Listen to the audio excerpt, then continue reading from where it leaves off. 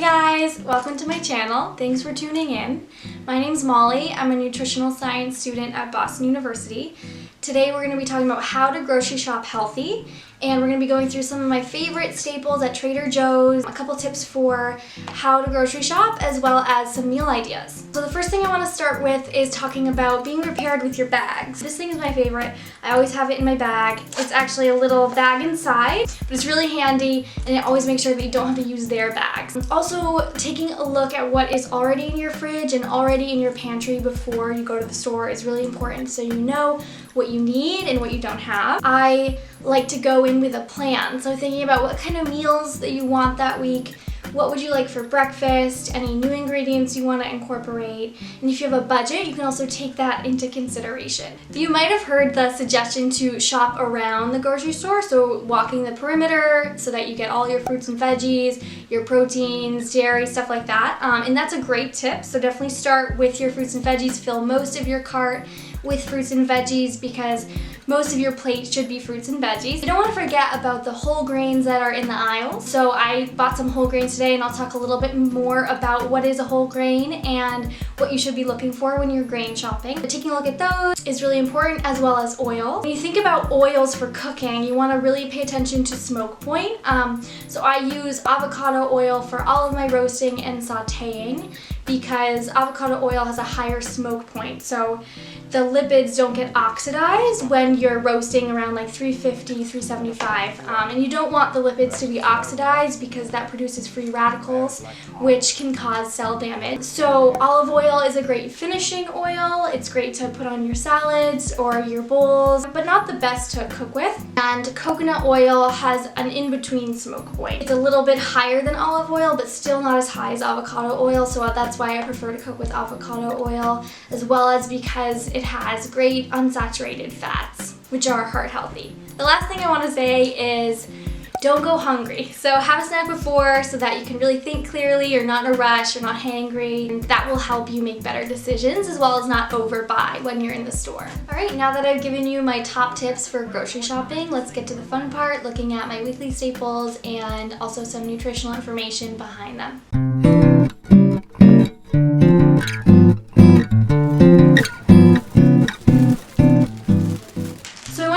Talking about my smoothies. I do smoothies a lot for breakfast, and I always buy frozen berries. So frozen berries are a little bit cheaper and you don't have to worry about them going bad. I got some organic raspberries. So raspberries are really high in fiber as well as vitamin C, and organic wild blueberries. Wild blueberries have, I didn't get wild blueberries. So I meant to buy wild blueberries because wild blueberries have like 2 times the antioxidant power that a traditional blueberry has. And an antioxidant is a compound that essentially goes into your body and scavenges free radicals. So it protects your cells against the damage that free radicals may cause. In my smoothies, I also really like chia. I use chia for a lot of things, in my oats, in topping my smoothies, in my granola bars, my homemade granola, and I'll link those recipes below for you. Chia is a great source of fiber as well as omega-3 and protein, so this is a protein source for your smoothies. I also like to wash and chop zucchini and put it in the freezer for my smoothies. So this helps fill up your smoothies, add fiber and nutrients. I always get organic zucchini as well as organic berries because those are usually really sprayed with pesticides. There's something called the Dirty Dozen, and you can find that on the EWG website. The Dirty Dozen changes a lot,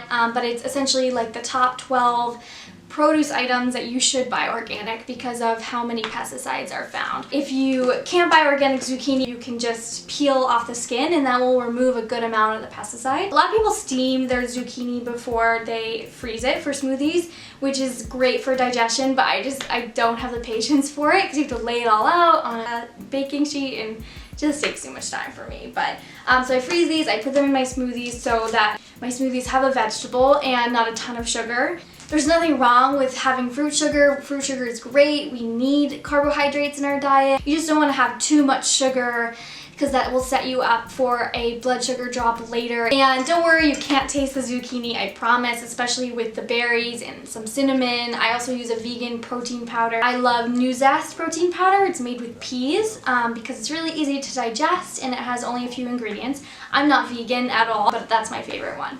Another thing that I like to add to my smoothies is pumpkin seeds. So I always buy raw pumpkin seeds because raw nuts are the most nutritious. So when a nut is roasted, it actually loses some of its nutritional properties, and the healthy oils that are in the nuts get lipid oxidized. If you want the most nutrition in your nut, definitely go for raw. On the subject of nuts, I am a big fan of nuts, so I always have walnuts in my pantry. Walnuts are a great source of omega-3, as well as pumpkin seeds. They are a great source of zinc, which is essential for immune function and a cofactor in a lot of metabolic processes in the body. I usually have, or I always have, 2 to 3 Brazil nuts a day to get in my selenium, and selenium is an antioxidant that helps also scavenge free radicals through the body. And it's a great source of magnesium, which is essential for muscle recovery and also for your metabolism. I always incorporate greens in my smoothies as well. Baby spinach is a great green if you're just kind of starting adding greens to your smoothies because you can't taste it. It has a really mild flavor and it's full of iron, vitamin C, so this is a great addition to a smoothie. I also really like Trader Joe's Power Green because it's a mixture of greens. It has baby kale, chard, frisee. These are great for salads, but I also throw this in my smoothies because it's great to vary your greens and vary your veggies in general because every vegetable has a different kind of fiber, different nutrients, and that helps really feed your gut. In addition to that, I always put like a tablespoon of flax meal into my smoothies. It's great fiber, omega-3. I also put some cinnamon for flavor, the protein powder I mentioned, and yeah, sometimes I'll freeze up some cantaloupe. I love cantaloupe in smoothies. It's kind of like a non-traditional ingredient, but I think it adds a lot of great flavor and volume. And yeah, so we'll move on to veggies. All right, so when you go into the grocery store or Trader Joe's, just thinking about what kind of meals that you want to have that week and what veggies you'd like to incorporate ahead of time so you don't get overwhelmed and kind of can't decide which ones to choose. So I'm thinking about doing zucchini with shrimp and cherry tomatoes. That'll be one meal. I'm thinking about doing broccolini with salmon and green beans with an omelet or something like that. And I'll throw in some greens in all of them. So we're starting with green beans. I usually get these organic as well because you are eating the skin. But if you can't, just wash them super well. Fennel. So fennel, I used to hate fennel. I thought it was disgusting. And then like 6 months ago, I started roasting it with avocado oil, a little bit of salt, pepper, and now I love it. Fennel's really good for digestion. That's why I started eating it, because when I was going through some challenges with IBS, I would have tried just about anything. But long story short, didn't help my IBS, but now I love fennel. I love this snack from Trader Joe's. I'm counting it in the veggies because it is a veggie. It's a carrot. That's the only ingredient. Actually, carrots and sea salt. But they're just dehydrated, and it's a really great way to get in some fiber throughout the day, as well as vitamin A. This bag has 40% of your daily value of fiber, so quite a bit, so you kind of want to be careful. You don't want to overload yourself with fiber all at once. But this is great, like on-the-go veggie snack. I got some organic broccolini. I love broccolini lately. I've been craving it, and I think maybe like my body needs extra folate and vitamin K or something because I just want this all the time. But it's so delicious, just roasting at like 350 for maybe a half hour so that the stems get a little bit soft and the heads get crunchy, and it's delicious. I love this with salmon, and I'm gonna do that as one of my meals. I love Trader Joe's organic Tuscan kale. So you don't often find Tuscan kale chopped, and it's really handy because you can just throw it in the skillet with a little bit of oil or water if you want to steam it, get it soft. So I never eat raw vegetables. I never eat raw greens, and it is true that raw greens will have the most nutrition, but they're super hard to digest, especially kale. So to give my digestive system a little bit of help, I steam them or roast them or saute them. One of my favorite things to do is just like a sauteed salad. So I'll throw in some greens, some veggie, either a starchy vegetable or a grain. for a carbohydrate, and then maybe like some shrimp or an egg, and it's like an easy, delicious meal. And that's why spices are important as well, because you might be eating a lot of the same foods, a lot of the same veggies, and you can mix it up with different like curry powder, garlic powder, stuff like that. Avocados. Avocados are delicious. They're a great source of fiber and monounsaturated fats, which are protective for the heart. And I love this in just about anything. You can freeze it and put it in your smoothies. You can throw it in your bowls, top an omelet with it. It's a great addition to help increase your healthy fats for the day. Speaking of healthy fats, I found this new product, which I'm really excited about. I've had Mykonos, but I've never had their vegan cream cheese. I can't wait to try this. I'm gonna try it right now. Oh, it's cool. It has like some herbs in it, and it's actually seaweed.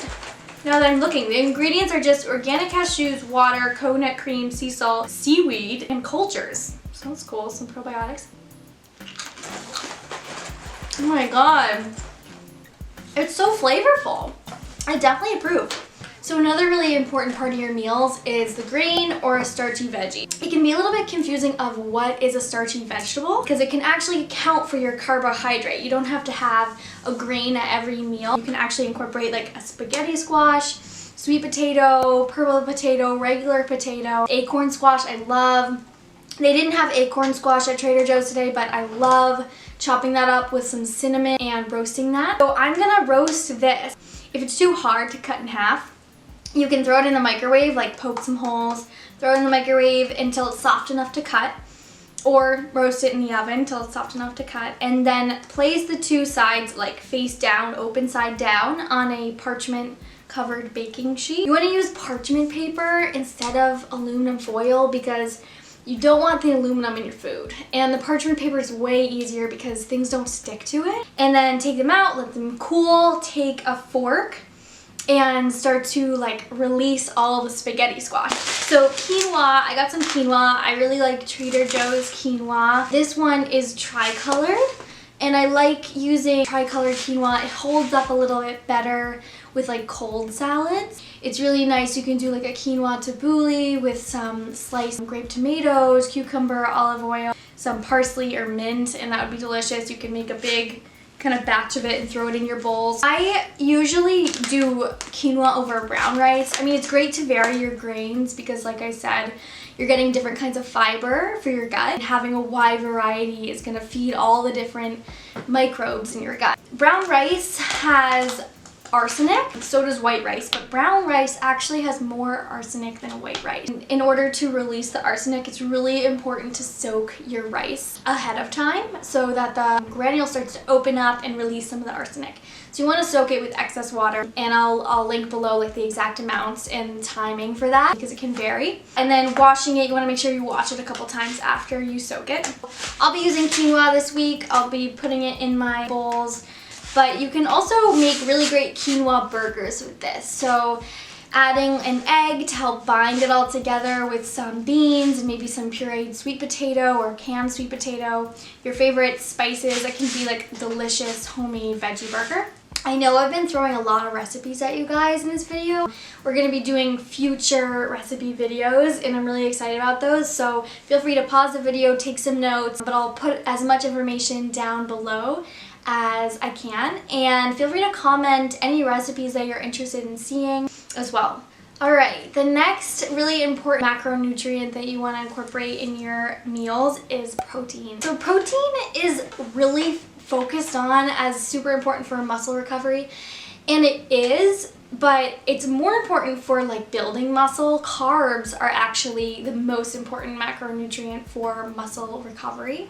So you want to make sure after a workout that you get adequate carbs so that your muscles can start recovering and rebuilding, and it'll use the protein that you're also eating in your meals.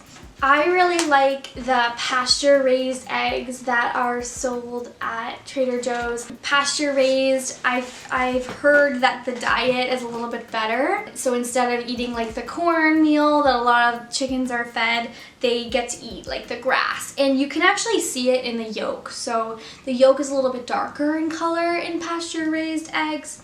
And that's because of the antioxidants that are in the yolk. Eggs are really controversial as well. People worry about the cholesterol that are in eggs, but really dietary cholesterol doesn't increase or affect your serum cholesterol, so the cholesterol levels in your blood. Saturated fat actually is what is going to influence those cholesterol levels, as well as your LDL, so like the not so great cholesterol levels.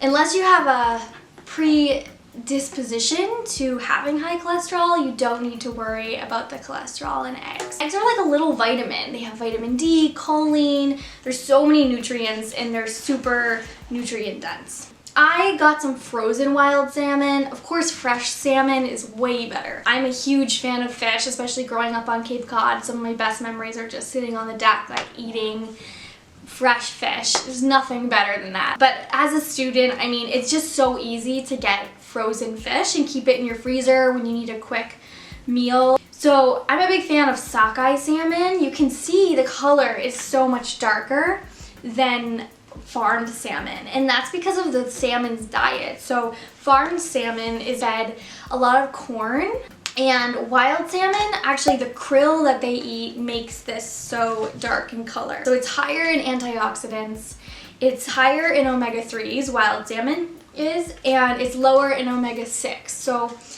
omega-3 is a essential fatty acid, and you want to make sure that you're eating more omega-3s than omega-6. So omega-3s are found in things like walnuts, fatty fish, and omega-6 is found in like corn oil, soy oil, and processed foods. So if you're eating a balanced diet, you're gonna get more omega-3s naturally if you're kind of not eating a ton of processed food. So try it out, see what you think, and of course do your own research. There's lots of research out there about the different types of salmon and their benefits. How'd this get in there?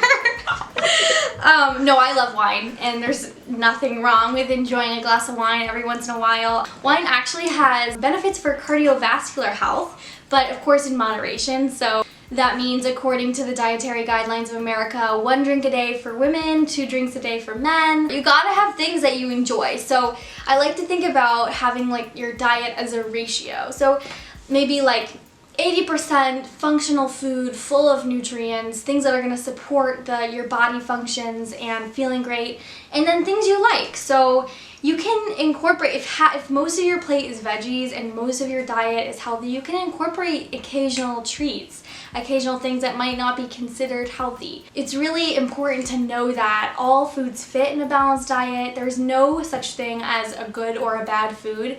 They literally teach you this in nutrition school. Like, don't let anyone tell you that this is a bad food or this food is bad for you. There are foods that are more nutrient dense, and there are foods that are less nutrient dense, and they all fit, and it's all okay. It's just food. I also want to touch upon fruit. So fruit is super essential. It has so much fiber, vitamins, minerals, and I didn't include a lot of fruit in this haul except for the fruit that is in my smoothies. I have some at home, but some of my favorite fruits are pears. I love incorporating those. Oranges, citrus is great in the wintertime, especially for immune health.